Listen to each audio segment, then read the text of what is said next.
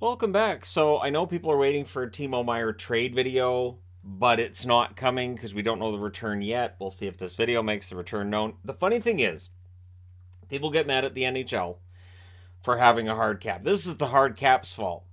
Is it not the fault of the general managers that they're all up against the cap because they all spent to the cap? Like they took every last penny and they spent every last penny? The upper limit is the upper. Like, I don't understand why nobody says, well, why don't the GMs just, try to budget so that they have some room? I find that so weird that the blame immediately goes to the NHL. All right, first off, Washington and Buffalo. So this was a very back and forth game. The Caps definitely in serious danger at this point in time. It's Kemper versus Luukkonen. Oshie fires one wide on a rush. Powers denied. Pretty wide open early on, and it would kind of stay that way.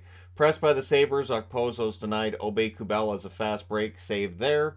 Hinostroza then has a shot that's caught and held. I had overlooked Vinny Hinostroza coming back up and what he might be able to do. I've been a Vinny Hinostroza fan since he was a Hawk, and so that's on me. Post for Thompson on a rush. 7 minutes in, the shots are 5-2 Buffalo. Krebs misses high on a 2-on-1. Gustafsson has a shot that saved. The Sabres clear it out. A lot of one and done by both teams in that first half. So they get the one shot and then it'd be cleared out. But Cousins would open the scoring from Mittelstadt and Lyubushkin at 10:40. It was a one-timer on a 2-on-1 rush chance. Caps press with 8 minutes left. Strome would tie it up though at 14:45. It was a one-timer on a turnover. Jensen and Oshie with the assists there. The Sabres looked to respond, and they would. Thompson, absolutely great shift by Tage.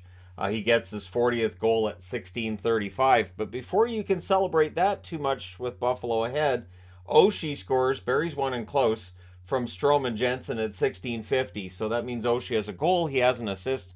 Well, it's time for another Gordie Howe hat trick.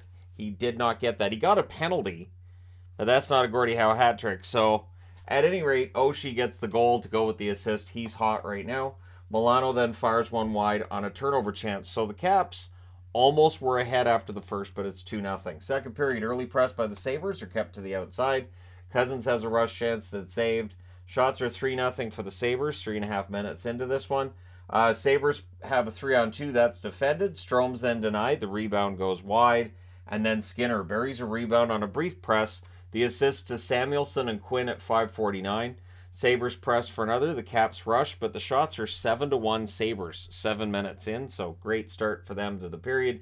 And then at 8:36, on a really strong forecheck, Gergensen scores from Okpozo and Jost. So all of a sudden, the score is 4-2. It becomes 5-2 when Vinny Hinostroza, welcome back to the NHL, Power and Cousins with the assists at 10:07, and that's where Darcy Kemper chose violence. He smashed his stick, broke it in half against the net. Goalies, I've seen them try it, but yeah, he smashed that stick. And then apparently when he got to the bench, he threw his mask and he was out of there. So Lindgren's in the net. It looked to me like he pulled himself. Like he's like, yeah, I'm done. So things get punchy then after a hold by Lindgren. The emotions are rising in this. I think the Caps realizing what's on the line here. And then Cousins scores one from Quinn on a rush at 12:49 for the record. Lindgren did not have a fit after that one. And we want seven was the chant from the crowd. So Buffalo's fans definitely into this. But at 15:49, so exactly 3 minutes after that goal for Buffalo, Ovechkin scores from Gustafsson and Kuznetsov. That's goal number 813. Buries that one in close. We then had a fight between Kubel, and Quinn. Can't port that over for Oshie. Sabres come out of that with the power play. We get more punching, which leads to a 4-on-4, which means it leads to a Caps power play, and they score on it. Milano makes it 6-4 at 18:40. It was a great pass, great breakaway pass he got from Peterka. It looked like it was Peterka. It was a blind pass, and I said out loud, "What? Are you kidding?" While I was watching that. So I don't normally react, but I was like, seriously, where was that puck going? And then I watched as other Sabres were doing the same drop pass during this game. Don't do the blind drop pass. Don't do that. I know that there's Canuck fans that get mad at Quinn Hughes for that too, but man, that was a like seriously, if you were watching this, you would think Peterka meant to pass it. And again, I'm saying because I'm pretty sure it was Peterka's pass, went right to Milano. Caps then nearly add another. So this isn't over going to the third, but in the third, Early edge for the Sabres. Net feed to Thompson, near miss. The shots are 3 apiece, 6.5 minutes in. We get a power play for the Sabres. That's killed off. And then the first career hat trick for Dylan Cousins. Good for him. Hinostroza and Mittelstadt with the assists at 11:52. Buries that one in close. And yeah, then we get a power play for the Sabres with 5:58 left. This game's basically done at this point. Lindgren saves minus the skate blade. So the skate blade was knocked off with a shot before that, and then he makes a save. But that's killed off. And the Caps were yelling and screaming at the ref about the fact he didn't have a skate blade, too. Caps press with 2.5 minutes left, with 33.4 seconds left. The Caps get a power play. Doesn't matter. Your final score is 7-4. Buffalo 31, 23-4 with the win. The Capitals 29, 27-6 with the loss. So this is a tough one for the Caps. Shots in this one: 11-10 Washington in the first, 17-8 Buffalo in the second, 11-10 Washington in the third. The final shots 37-30 for the Sabres. Power plays: Washington 1 for 2, Buffalo 0 for 3. The hits: Buffalo doesn't hit. The final hits were 17-5 for Washington. Kemper saves 14 out of 19. Lindgren saves 16 out of 18. Luukkonen saves 26 out of 30 at the other end. So wild, crazy game, and very wide open, and Sabres games are always exciting. That is always the case, and today being no exception. On the other side, we have Minnesota and Columbus. Definitely a less exciting game than this one, but it had its own excitement that eventually showed up. So it's Merzlikins versus Fleury in this one. Hartman's denied early. Early jump was definitely for the Wild. Duhaime has a shot that's saved. The rebound then after that was saved as well. The shots are 3-0 Wild at 4.5 minutes. Both teams were defending well and blocking the inside, so not allowing a lot of the inside shots. Kaprizov tries to bank one in off Elvis. The shots are 8-4 for Minnesota with 6 minutes left. Things get pushy after a hold by Merzlikins, and then Columbus opens to scoring. It's Olivier from Robinson at 16:20. Goligoski turned over the puck behind his own net, and very quickly it was in the net. So it was an over-the-glove shot from Olivier, who's not bad. I've talked about Delorier and how he's a good player on top of being an enforcer. I would say the same of Olivier. So the Wild press with 1.5 minutes left, but they come out of the first period down 1. Second period, Kaprizov's denied on an early rush. Corrali is then denied at the other end. Blue Jackets would press and they would score, and it's Foodie. He gets his second. See, he finally got his first goal, and now he has his second. He tips that one in. Goodbranson and Bemstrom with the assists at 3:04. Fleury was then guilty of a turnover, but he bailed himself out right afterwards. So this looked like it could get kind of interesting. Kaprizov's then denied on a rush. The shots are 8 apiece at 7 minutes. Not very Minnesota-like numbers there.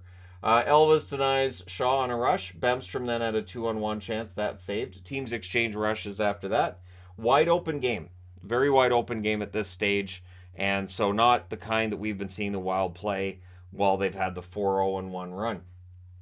The kill that they had, the 25th kill in a row. So Columbus gets a power play. That's killed off. That's 25 in a row. That seems to liven up the crowd at least briefly. Things get pushy then after a hold by Elvis. The Wild are firing from everywhere at this point.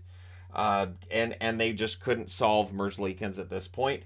Corrali has a net drive that's blocked, but after 2 periods, it's 2-0 Columbus, even though they've been outshot 26-19 to this point. So third period, early press by the Wild. Elvis saves until the dam bursts at 1:15, and it's Kaprizov.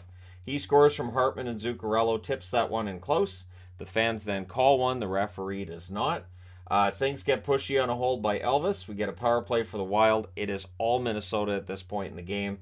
We then get a 5-on-3 for 1 minute and 9 seconds. Yeah, you don't want to do that if you're Columbus.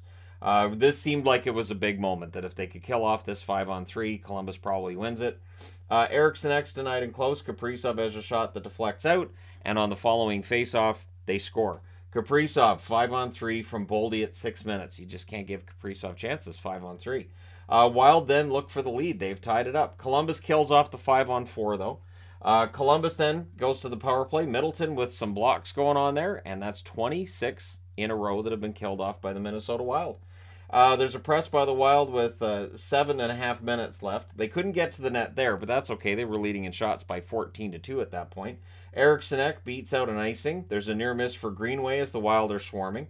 Kaprizov's denied on a rush. Elvis holds. Then we get some more pushing. Boldy's denied. Elvis holds on there as well.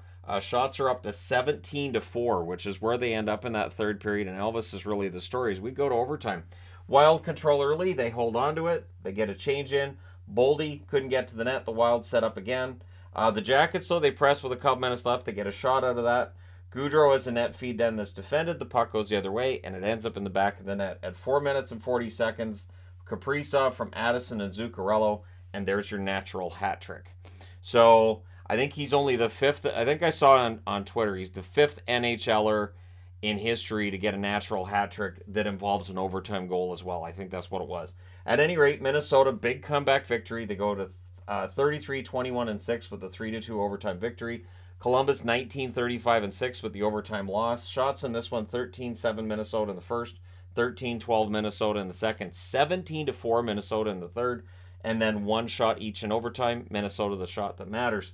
Final shots 44-24 in favor of the Wild. Power plays Columbus 0 for 2, Minnesota 1 for 2, and the hits 31-16 in favor of the Wild. Merzlikins, fantastic game, 41 saves on 44 shots. Fleury had a pretty good game too, 22 saves on 24 shots, and there you go. I will be reviewing the Islanders-Jets game. If I find the time to do that on its own, I will. If not, it will go into the recap with the other games that are being played now and starting now as well. So there you go. Let me know your thoughts. Don't forget to hit like and subscribe if you're browsing your way through. You just happened upon this video. And I assume we will find out by Friday what the return is on Timo Meier for the San Jose Sharks from New Jersey. Between now and then, I'll be here to report on the stuff for you. Don't forget to hit like and subscribe if you're browsing your way through. You just happened upon this video. I'll talk to you guys again soon.